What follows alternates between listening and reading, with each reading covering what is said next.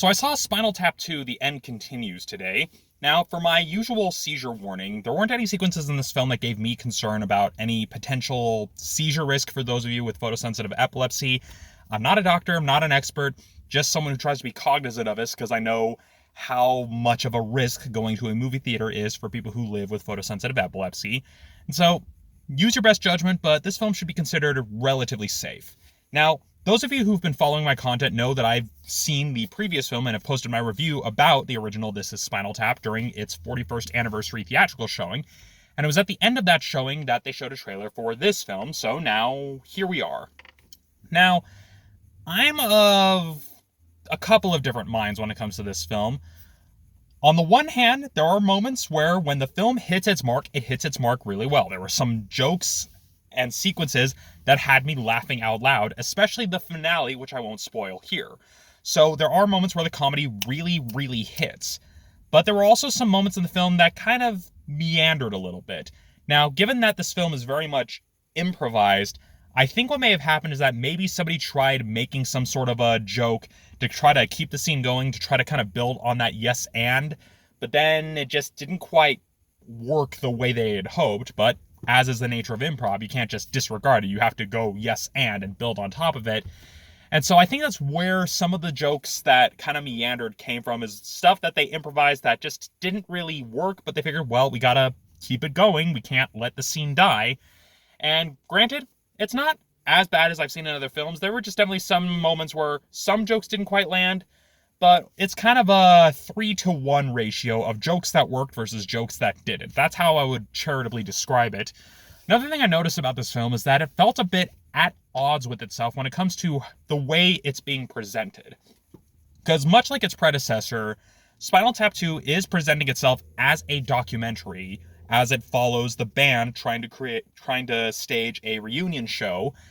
And a lot of the trappings of it, the way it's presented, didn't really feel like a documentary. It felt more like it was being shot in the style of The Office, where in the early seasons you have it where there is a camera crew that's actually part of the world of the story, but then as you get to the later seasons of the show, they kind of just straight up abandon that. That's how this film felt, because it had a lot of dramatic beats and moments that were staged and filmed more akin to a sitcom rather than shot in a style that would feel like it would in an actual documentary. Even in terms of ones that would have been heavily staged, which, yes, that is a thing that happens with certain documentaries. I've even seen that working in news, but that's a whole separate rant. But that's how the film felt. It didn't really have that same sort of organic feel to it, where it felt like, okay, we are actually following a crew. It's just more like, okay, we have the camera right where it needs to be for this specific joke or for this specific sequence. And so it was missing some of that organic energy that the original film was going for. I'm not saying that the original film was fully improvised. I mean, there are some sequences that require some planning. It just didn't have the same sort of energy that made it feel like, okay, this is a documentary about a rock band, and it felt more like, okay, this is an episode of Modern Family featuring Spinal Tap. Again, not inherently bad, it's just, again, felt at odds with the way the film is presented, especially with certain sequences that, from a narrative standpoint, I understand why they're there. They're there to basically provide narrative closure to a few certain plot threads. But again, the way they're presented feels like they kind of forgot that it's supposed to be a documentary. It's just like, oh, well, it's there because we have to give kind of that catharsis for the characters. But it's like, yeah, but it kind of runs counter to the way documentaries actually work. I mean, yeah, sometimes documentaries do have like those moments of catharsis, but that's not how those moments looked in this film. They very much looked like a typical traditional comedic or dramatic film. But all of that said, it's not inherently bad, and to its credit, it doesn't overstay its welcome. It knows to keep things moving, and again, there are some really, really good jokes here and there, even stuff that wasn't in the trailer, especially the finale is probably the strongest, and it knows when to end on its high note.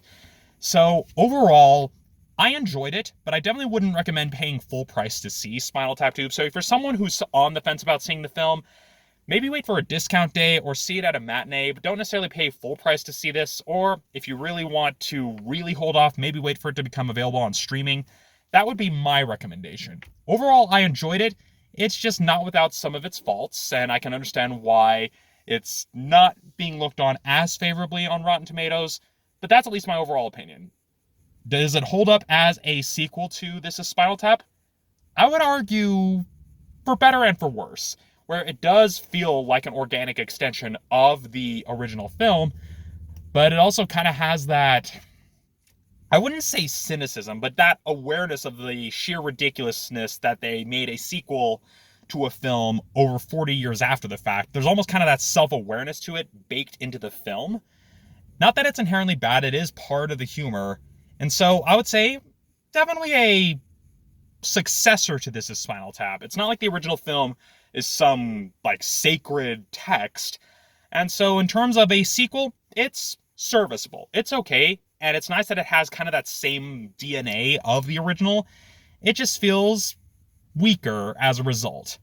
So yeah, those are my thoughts on Spinal Tap 2.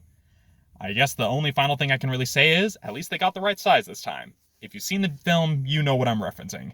But all that said, that's pretty much my thoughts on the film. So I will end things here, and I'll hopefully see you next time when I next get the chance to see a movie, provided that we don't witness the complete collapse of civilization.